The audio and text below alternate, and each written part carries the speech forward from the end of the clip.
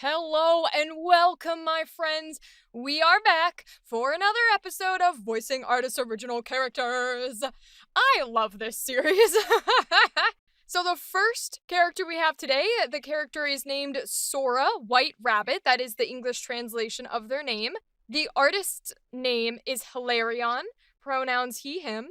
And they do have backstory for this character. And it's quite a bit of information, so we're going to condense it down a little bit and try and give enough backstory to understand the character while not overwhelming ourselves while we create a voice here. So there are two images. The main one is going to be this picture of Sora when she is almost like a character design format. Looks like she could be standing in a puddle of some kind. She's got this cute little cropped hairstyle, and she's standing in a pose with her hand on her hip. And then there is a picture that is more of a comic book panel from this artist's individual comic about this character and the world she lives in. It is her with a young boy named Sidra. He is her childhood friend, and he was her guardian. We used that word before a couple episodes ago, but he is not someone we're going to be voicing today. We're going to stick on Sora, but I love when artists give me as much information and as many drawings as possible. So we will come back and use the comic book image for some reference points and some ideas of how she might have lived as a child and how that influenced her, especially with her friends here. Let's get into her backstory a bit.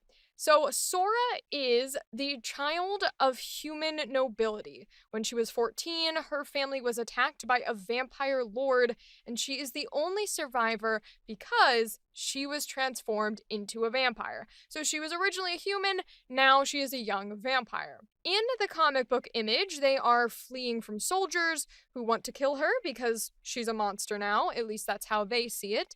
And they meet up with a royal demon and the prince of what are called the Cursed Empire. Things like demons, vampires, and werewolves. This royalty from this empire is named Soon Von Wood. So he wants a peace or an armistice between the cursed and the divine, which are the humans, the angels, and the fairies, but it was refused, caused a bunch of violence, and so the three of them, Sora, her friend Sidra in this comic panel here, and Soon Von Wood, who we don't see, become a trio, a group of spokespeople who speak out and are very diplomatic about wanting to have peace between these two kingdoms. So that is her backstory. Some personality traits that the artist gave me: diplomatic, empathetic, quiet, strength, cultured, kind, romantic, calm, idealistic, and very whiny. There are a few words in here that I think we will definitely pull from and stick to because they stand out to me as very important. I do think things like diplomatic and empathetic are good because we often think of our diplomats more as figureheads and less as humans and people with emotions and thoughts and feelings. So it's good to have those two side by side because that way we can remember that although she is a diplomat, although she's trying to broker peace and she's trying to be very formal and very correct, she's still empathetic to the people who are suffering on both sides of this war. So let's keep that in mind for sure. I really like the phrases quiet strength. Quiet strength is a really good phrase to me because it encompasses the idea of this person who is very determined and is very strong in their personal ideals, their personal morals, and their personal ethics. They are a person, Sora in this case, who strongly believes that peace is the answer. Even though she went through all this tragedy of being attacked and being transformed, she could hold resentment. She could hold hatred. She could hate them for doing what they did to her family and her people and to her. But somehow, some way, she is more about uniting and having peace than seeking revenge. And I think that is very essential to her character. And I love the idea that it's quiet strength. It's not just that she's strong and she's on the side of being neutral and on the side of making everybody get along instead of holding vengeance. It's that she does so in such a polite and respectable and quiet manner that she carries it with her body. She carries it with her being. She doesn't need to speak where she's at because she carries respect on her, in her energy. I really like that. The other phrase that I was going to talk about is very whiny. That is an interesting way to describe a character. And when we describe our characters, we want to make sure that we do the, in quotes, good traits and bad traits. No traits are good, no traits are bad. They just make your character who they are. But we want to make sure that in the sense that we think of them as humans, we include some that are seen as positive and some that can be seen as negative so that we have a fully rounded out character. So I love the fact that one of the ways that Hilarion described Sora is very whiny, because we think of that as negative, and you need some of those things in order to make a human feeling character. I love this. We're definitely going to pull in whiny to some of her emotions, because when we get upset, if you're a whiny person, you take it 10 degrees to the notch, all the way up to 100, and you just become the most annoying person on the planet, and nobody wants to listen to you. So what do I see from this drawing? I see optimism. I see an opportunistic person. I see a confident but not arrogant person, someone who knows her worth. She's silent, but she's steadfast, and she's of course proper because she's a diplomat. Now, all of these things sort of tie back into each other, but I think remembering that a lot of her confidence is held in her being, held in her presence, not necessarily in what she says or the way she looks. It's just held by when she walks in a room, you know she's there. She's confident enough that you lean towards her and you listen towards her and you respect her. Some people have that about them, and to have that at 19 is impressive. Some of it might have came from her nobility background. She's sort of learning the artificial way of presenting yourself properly, but you don't get that vibe. You don't get every head turns to you when you walk in the door. Every person, even the oldest people, the wisest people, respect what you have to say and go silent when you speak. You don't get that from learning proper nobility. You get that from confidence in yourself, in your opinion, in the people you support, and in what you believe. And that we need to keep in mind. So every time that she talks, especially when she's happy, especially when she is proud of herself, or when she's standing up for someone, we need to keep that in mind, that she is never afraid to say what she has to say. She's very confident. This is the first time that we will actually have some given lines by the artist to play around with. So we're gonna go into our neutral line and then into our emotions like usual, but let me give you some examples of what the artist gave me for some lines that Sora might say. One of them is, "Let me be the verbal blade that will protect you from them." This is in reference to Sidra when someone is against what he needs to do and he doesn't know how to say it. There's one that says, "You consider this discussion pointless, but you know as well as I do that it is a battlefield and I am winning." This is to a political opponent when they're having sort of a conversation or a debate. And there's one that says, "This landscape, you have shaped it. Don't belittle this wondrous world and don't belittle yourself anymore. You are my savior." And that is to Sunvan Wood, our royal demon who joined their team. For this neutral line here, in order to get her attitude and the commanding presence that she has when she walks in a room, I want to use this middle line that Hilarion has suggested to us, the second line he suggested, the one that talked about a discussion being pointless, but she's winning the battle. The reason why I want to use this line for our neutral is because I think it encompasses her confidence in very succinct and specific terms. She's going up against an opponent who is against her viewpoint, against what she believes, but she has the confidence to not back down, to not be afraid, to not get nervous, and to just very blatantly and very bluntly be like, "I am in charge, and I know that I'm right." And that's what we want her neutral state to be, is confident, confident, confident. So let's roll with it. "You consider this discussion pointless, but you know as well as I do that it is a battlefield, and I am winning." Yeah, I like that. I wanted to give her a slightly higher pitch than my own, but not as high as a lot of the more energetic and positive characters that we run with, because she needs to have a strong presence in order to be that confident and to hold herself very well and be respected. So a little bit of a higher pitch because she's young, but a very strong and solid breath, very strong and solid baseline to run off of, and a little bit of cockiness. I think when you know that you're in the right, or at least you believe you're in the right, and you are that committed to what you're doing, that you have a bit of cockiness. So I like throwing that in for our neutral line. Thank you, Hilarion, for suggesting that. Now that we move on to our emotions, our lovely happy, angry, sad that we always do, I want to steer away from the suggestions we were given. And the reason why I want to do that is because when you work with these emotions, you want to be able to freely draw from what you are feeling. Now, when you audition for a character and you book a role, you are 99.9% of the time given a written script, and you do have to follow it.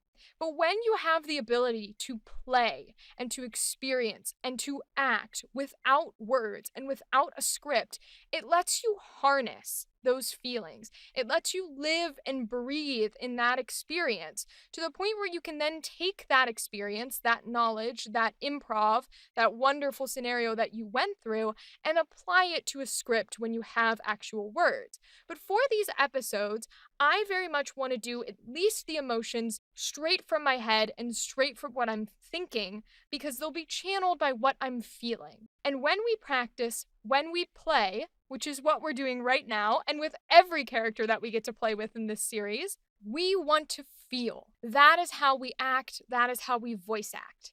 And so if I try to add specific lines too early to the feeling process, I'm gonna run into a problem. So we're gonna use improv for these lines like we usually do, and we're going to feel. So, Sora, what would make her happy beyond belief? Unlike a lot of characters we may have worked with, I think Sora's happiness is a bit quieter. It's a bit calmer. Generally, when we work with happiness, we tend to be overjoyed and over-emotional. Now, we had a few that were a bit colder. The AI voice comes to mind, and some other things of that nature. But I don't want to go cold. I don't want to go emotionless. I don't want to lower the intensity at which she experiences her happiness. All I want to do is I want to take this confidence and I want to make it a softer mode for the happiness, because her confidence is her natural state.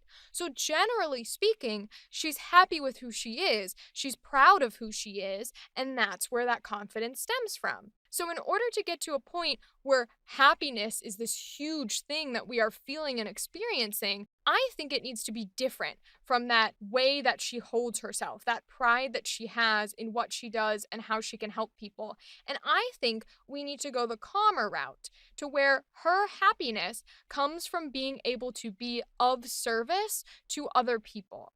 What makes her happy, the reason why she's doing this and she pursues it and she's so determined, is that she is able to help people who are suffering, who were in her scenario or had things happen to them or their families, and they don't get these opportunities. They are sad, they are upset, and she also wants to prevent things like that from happening. So I think her happiness would derive from an act of service. Let's say that she is helping out some sort of community. I think she would be very good with children, and I think she would be very good with elderly and other people who are injured or need that sort of extra help in their lives, that extra guidance. I think she would form a very good mentor or mother figure. So let's go for that. When we go for happy, let's put her in a scenario where maybe she's helping some villagers, maybe she's helping some children or some wounded receive food or shelter, or simply help them in their grieving and their continuing on process after a tragic event has occurred to them. Let's put her in that caretaker route and see how it goes. Don't worry. I'm here to help. There is nothing I wouldn't do to help the people around me. I know some people believe that I'm simply an aristocrat, but I will never abandon you. You all are the reason that I fight for us. I am always here. Always. Yeah, that's good. I really like the calm, happy energy. Because again, she's already so strong with who she is as a person that she doesn't necessarily need to experience joy in this crazy elated way. I really like the idea that her joy comes from other people being safe and sound, and I like the idea that she is determined to be like, I know people might see me this way, but I am here for you, and that's what makes me happy, is that you're safe and you're fine. I like that. So let's move into angry. What would make this young woman angry? Well, I think the anger would come if people are either not listening, but more importantly, blatantly disregarding what she's trying to say. Because when you're a diplomat, when you're an aristocrat, you know that some people are not going to understand. You know that some people are going to be misguided. You know that some people aren't going to listen. But I think it's frustrating when you are trying to help and you are proposing the solution and you are adamantly being like, no, we cannot go to war. We need to help these people. And there is someone so opposed to you. And it seems like they're doing their decisions vindictively, out of spite, purposefully against you and who you are, and refusing to see the truth, refusing to see the light. I think that would make her genuinely angry. And I think it would make her genuinely angry for two reasons. The first goes back to what we did with happiness. She would be upset that this person is not taking into consideration the effects that it will have on the little people, the people who are suffering, the people who will be the victims, the bystanders, the casualties of war. That makes her angry because protecting those people makes her happy. So that makes a lot of sense. I think the other reason she's angry is a little bit more human, a little bit more personable, and that's what we want to bring into a character, because they can't be the beacon of hope and light and respectability 24/7, or they're not human. So I think that second, more human detail is that other people, especially people who see her lower than themselves, usually consider her to be lesser in diplomacy, in aristocracy, maybe even in being a woman. Maybe even because she's cursed. They're like, you shouldn't be here. You're disgusting. You're filthy. You're not respectable. Whatever the case may be, they look down on her for who she is. They don't believe that she should have this position. They don't believe in what she has to say. They don't think she can do what she says she can do. And that just irks the shit out of me personally when it happens. And I think we should take that and we should throw a little bit of it in there into her anger, because it'll make it a bit more human. So let's give that idea that she's up against some sort of opponent. Maybe this is a private conversation where he openly is against who she is, what she is, and also against protecting the people and saving them. You arrogant little weasel! I can't believe you would risk all of these people's lives just so you can prove a point! How dare you! Yes, I love that. I love the bit of spite, the little bit of anguish, the hate. She's got a bit of a point to her words. She's got a bit of a stab to the way that she says things. I really, really like that because it comes from how strong she is in her opinion. And I think that channels well into the anger. So let's move on to the sad.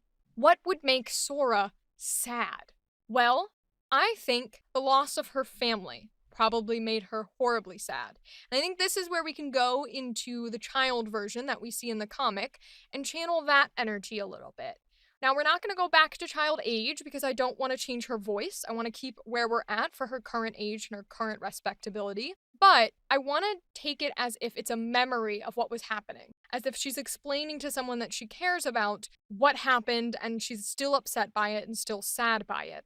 Now, we want to be careful when we do this, and the reason we want to be careful is because when it's been a long time since something tragic has happened, there are processes that take place to change the sadness. It's usually not as fresh. It's not as wounded as when it first occurs. There's a bit of a patch, a bit of a scar that's grown over that feeling so that most people can talk about it to some extent before it really hits them and it really hurts them. So I think we should keep that in mind. I also think we have to keep in mind that she had this tragic thing happen to her and her family, but there's no hate there because she's a diplomat for peace now. So I think we need to keep in mind that we shouldn't have anger, we shouldn't have hate, because that emotion, wherever it may have been in her journey, has passed. So let's try and do a sad thing. When I was very little, my family was attacked by vampires. I remember being so scared. I thought this was it. I thought I'd never, ever make it out alive. And then I woke up the next day, but I wasn't happy to be alive. I was heartbroken to see my family laying there, heartbroken that I'd never get to speak to them again. And I vowed that no one else would ever go through what I went through. Yeah, I really like that. It's a way to sort of make it milder when she starts, because we are years past when this has happened. But when you get to that point where you're almost reliving the memory, it's fresh again, and you can hear the shaking of the voice, you can hear the tears coming on, you can hear the pain and the sadness. And then we end it with that vow of like, I made sure that the pain I went through, no one else would experience. And I think that, again, speaks to how strong she is. Awesome! So, I loved playing with Sora today. Loved it very, very much. That was fun to get to do more of a diplomatic, aristocratic, very confident, a little cocky character. Thank you to Hilarion for letting us play around. Don't forget to follow them in the links down below. And that is all for us today. Once again, we've had another lovely episode in this series of ours. Thank you for joining me, and I'll catch you next time. Goodbye!